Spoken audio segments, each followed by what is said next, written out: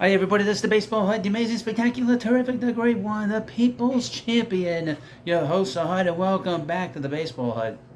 Hope you like this video and subscribe. I'm going to talk about a couple things really about Juan Soto a little bit in this video.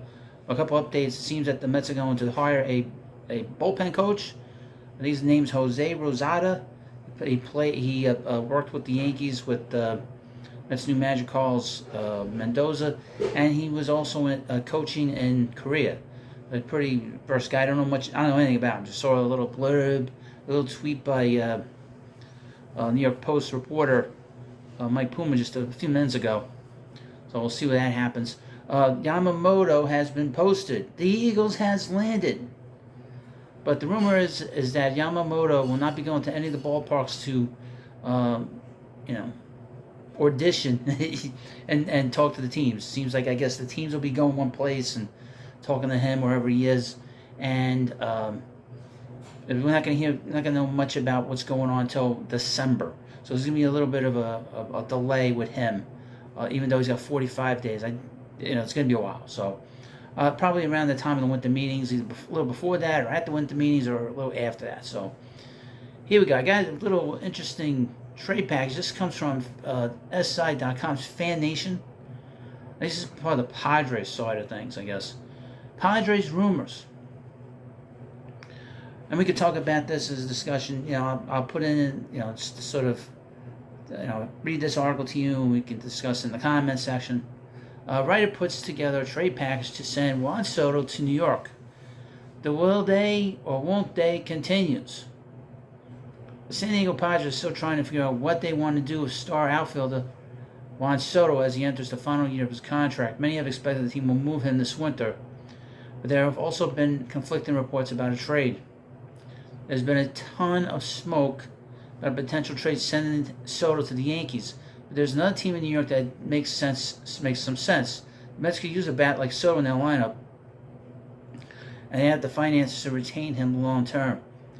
This would be, in my view, a separate kind of discussion from, say, Pete Alonso. MLB writer Kerry Miller of the Bleacher Report put together landing spots for Soto, and the Mets came in the top 5 of the list. They put together a trade package between the teams, and New York could be a solid spot for the star outfielder. I'm going to read you this. I don't think this would get it done. When I read this, I would think that this would not be I think I've talked about this before. This would not be a good idea, quite frankly. San Diego would be crazy to do this kind of a deal. The Mets would send outfielder Alex Ramirez, right-handed pitcher Jose Butto, and right-handed pitcher Justin Jarvis. And the Mets would get Juan Soto. Now, Juan Soto is a guy that gets on base 420.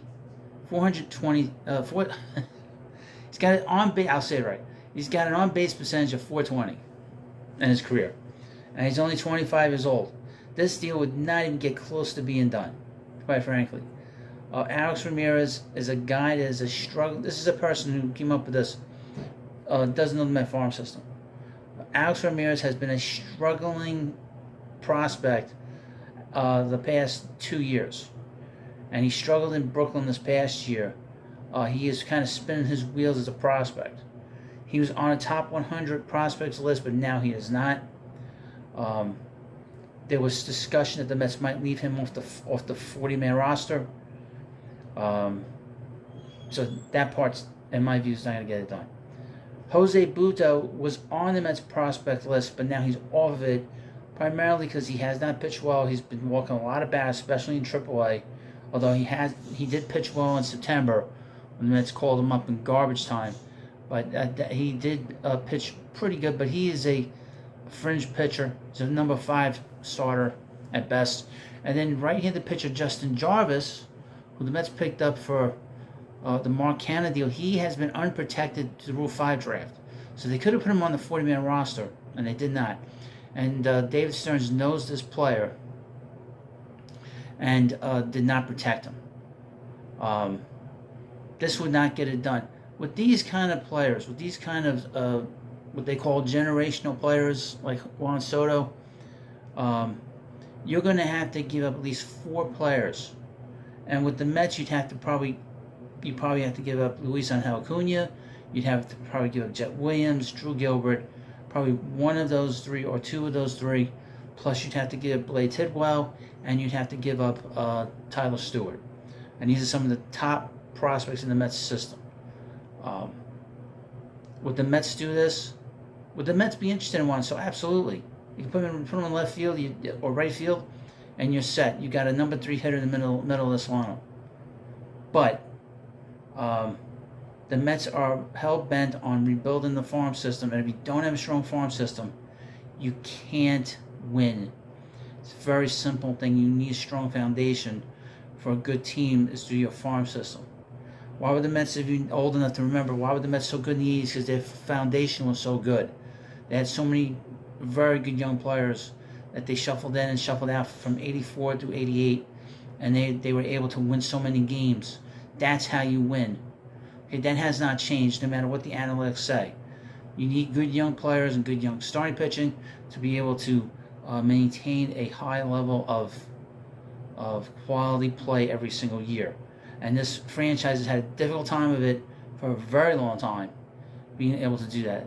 One of the biggest reasons this team did not win last year is because they didn't have young pitching, and obviously to be able to subsequently subsidize some of the bad pitching they were getting from guys like Max Scherzer and guys from like Justin Verlander. And I would mention they would not have signed those guys if they had good young pitching in the farm system. So they kind of, they needed to do that. Unfortunately, it didn't work out. It worked out great the first year. It didn't work out the second year under this situation, under this program. But now, hopefully, they're going to do that. They're going to make a change. Now, you let me know what you think about this video. You let me know what you think about Juan Soto. He is not a player of a rental type player. He is not a guy that's 30 years old. So anyone complaining and saying, writing to me, saying the Mets don't do this, he's a rental player, he's 25. Most of the players what we're talking about with the Mets farm system are 22, 23 years old. And he's been in the majors 6 years. So that's the rub. This is the rub. Well, and he's going to go to free agency. That we do know that. Doesn't necessarily mean if you trade for him, you're not going to be able to sign him. So, again, let me know what you think about this video. Hit that subscribe button. Thank you for watching, and I'll see you later.